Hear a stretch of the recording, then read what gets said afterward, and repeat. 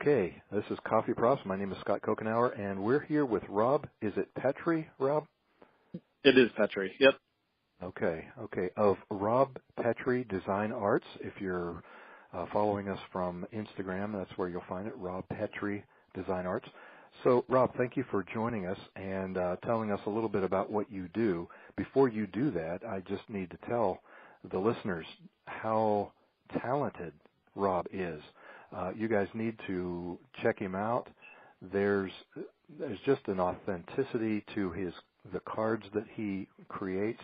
I got one card myself, and it's just really amazing. It's unusual. The index card that I got in the mail from him is very much not like anything else I've ever received, and it's very quality. And there's a connection to coffee, which is why we're talking with you and Rob. So how did you come into the coffee industry and how you love coffee? I didn't grow up in a coffee household.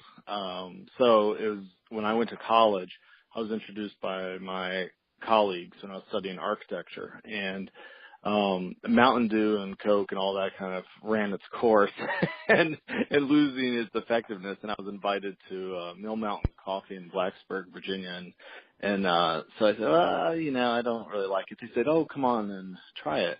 And then I was introduced to the elixir of love. I mean, it was one of those turning moments in a life where you think, this has been around me the entire time I'm alive, and so it was just one of those wonderful aha moments. And I didn't sleep for 3 days because I drank so many that night, but it was a great experience. And but that's how I was introduced to it. Just some friends invited me, and they got me a sweet drink, and I think it was a mocha, to ease me into it. And I Right. since tried to refine my palate, but that was my first introduction to coffee, really. Okay, all right. So what do you find is the best part of a cup of coffee for you? I guess it depends. If I'm making it, it's always did I get the right crema? As I try and work my Rencilio Sylvia. I love seeing that caramel brown in the crema. If I'm buying it, I like those first few sips past the milk. So you drink it and you've taken the first few sips, the drink has gone down, but now you can see the edges of the milk on the edge of the cup, and you've gotten to understand the flavor of the coffee, the quality of the pour. But if I'm drawing it, my favorite part's the handle of a cup or the section of it, to understand it in full. Sweet. And so you've been introduced into the coffee industry, and now you're on occasion you will draw something that is totally coffee related. So what would you consider it is that you do in the coffee industry? I'm a proud consumer. I mean, for me, I'm an architect by trade, and I've been drawing my entire life. But one of the things that you commented at the beginning was this idea of authenticity, and I just finished a book by David Sachs called Revenge of the Analog, and I loved it because it resonated with what I do as far as making these postcards, and some of them are from postcards made from the coffee bean bags that I go through. But then I draw the coffee that I had, and I stamp the coffee, and everything about it is that authenticity, that realness. And then the idea of sending it out, it goes on its own adventure, right? I mean, I watched this movie on the coffee beans and the journey that a coffee bean goes through to get to our table. But then for me, that adventure is not over, right? We get to draw it, and then I put the stamp of the coffee on it, so one day someone can CSI the card and say, oh, they got these beans from Kenya or something. And but the idea is that someone receives this, right? The coffee is shared, even though we didn't have coffee together. someone who receives that coffee sketch, there's a part of it there, right? There's a part of it that we've shared in that process. Right. And in that way, it becomes very authentic. So my, like I'm a proud consumer of coffee. That's my role. But, maybe there's this, aspiring, publicist in what I do. The fact that, coffee is so global as an idea. You can go anywhere and, get coffee. That I think there's something really amazing about the network that's involved in creating the coffee that comes to our table, but also the fact that there's a certain level of communion around it, around the coffee cup. And that's why I love your site and what you're doing as far as bringing the community together, because you're not talking about a local community, you're talking about a global community. And the fact that you would take the time to talk to me about my art, it's something tangential to the actual coffee industry, but it's something that's also very pertinent, and it's a way that we each make the coffee experience our own, and this is the way I do it. I couldn't have said that any better. I mean, that is the connection, and the reason I wanted to connect with you and interview you is because you are using coffee in your everyday. You're using your gift and your talent, and coffee has influenced that at some point, and it's a beautiful connection. We all love coffee, those of us who consider ourselves coffee lovers. Right. And when I come across somebody who is literally doing something with that coffee, we're all over that. That is such an inspiration, not only to me, but to a lot of other people. And you may be sparking some budding architects or budding artists that had never thought of doing anything with coffee. And so we just want to make the world a better place, and making it revolve around the pursuit of a great cup of coffee. So let me ask you this. What's your favorite coffee drink? A macchiato, the traditional Italian macchiato. That balance between the espresso and just the slight amount of milk that kind of edges off or the bitterness. Oh, it's the best. And plus the color when I wash with it, when I do the watercolor with it, it's so deep. Oh, I love it. So it's I look at it from a different point of view, maybe, but I love the macchiatos. Great. Well, now you've been doing these pictures for some time. Can you think back to the first piece of art that is coffee related? Yeah, I think it is either the first day I was introduced to coffee or my second day, because I'm so enamored by it. I thought I'm gonna draw every cup of coffee, that I have, and it was just one of those weird, dumb things that you say as a sophomore in college, and I wasn't consistent with it. But I think the turning point where the coffee cards as they exist today really started when I taught in Italy with Syracuse University, went to architecture school. And my wife and I had just got married a month before we left to Italy. And so when we got there are cafes on every corner. And so we thought, well, let's try them all, And so what I wanted to do is document them. And so my wife is taking photographs and I'm sketching. And so between the two of us, we have nice documentation of the cafes of Florence. And but what ended up happening over the 9 months of the academic year is I ended up collecting 30 plus coffee cards, and each one had a plan of the cafe with the street so we could find it again, a perspective of the interior, the cup, a detail of that cafe, and then the coffee ring. And so what became a type of tradition for us in trying to document knowing it was a brief time at Florence, we were trying to document every minute.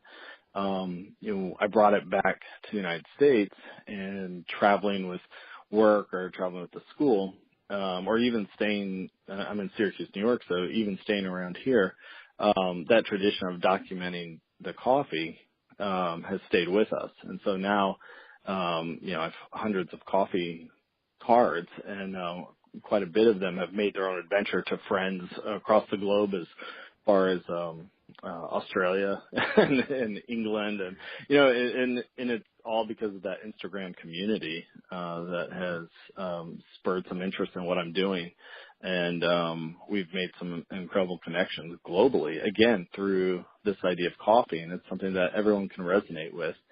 Exactly. I was thinking that if I drew a picture of a lighthouse in North Carolina, it would mean a lot to people in North Carolina. In fact, it would mean a lot to people on the East Coast, maybe with people associated with water.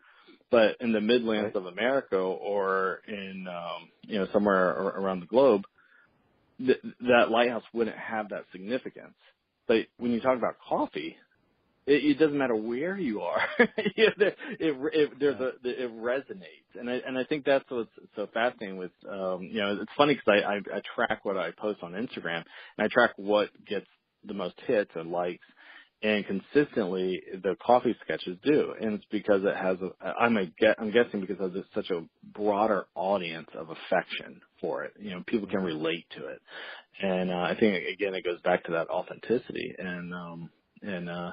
One of the things that I've done in drawing is learning how to draft and learning how to look at things architecturally and compositionally.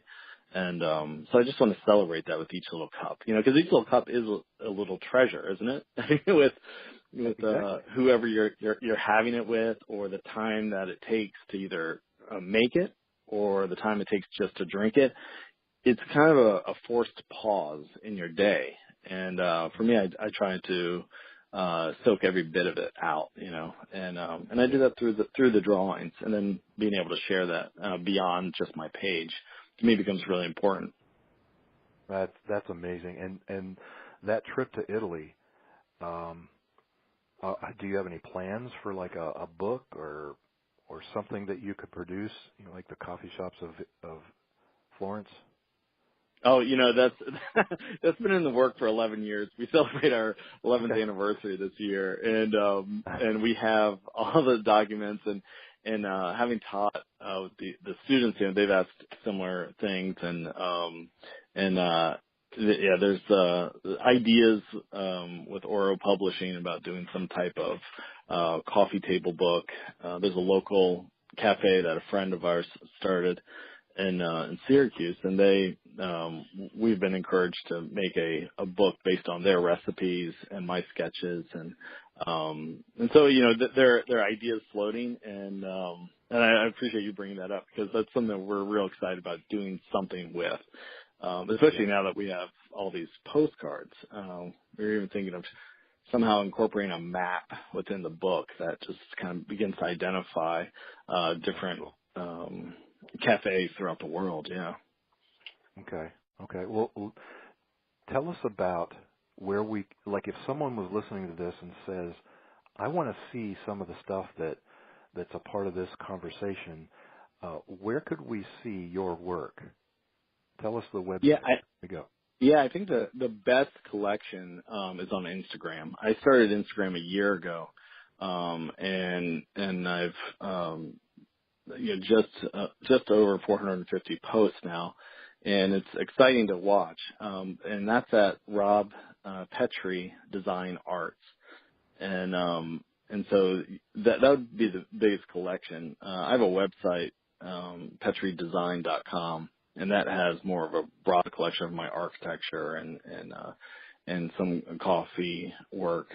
Right. And I started a Society 6 account probably 6 months ago or so, and that's society6.com, Petrie Art, and that has a few of the coffee sketches, and it's so funny because I get very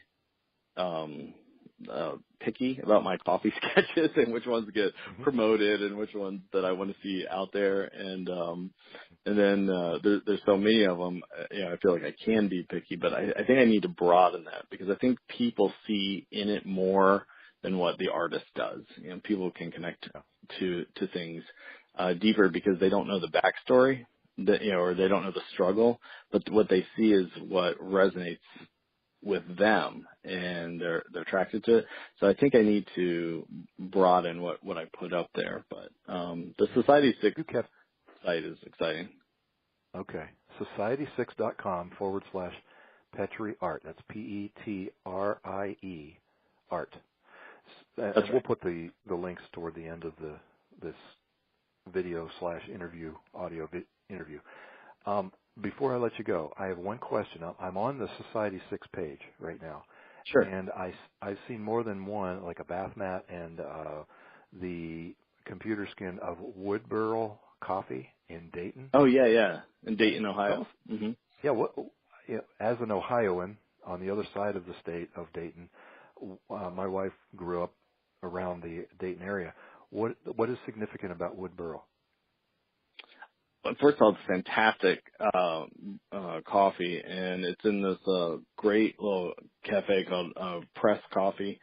And my whole extended family grew up in Dayton, and we just had a family reunion last July, August, and so I drove out there. And so wherever I go to a town, I look up, all right, where are the cafes, And Okay. so I met some guys at this cafe, and there's a wonderful group of guys having this wonderful little shop.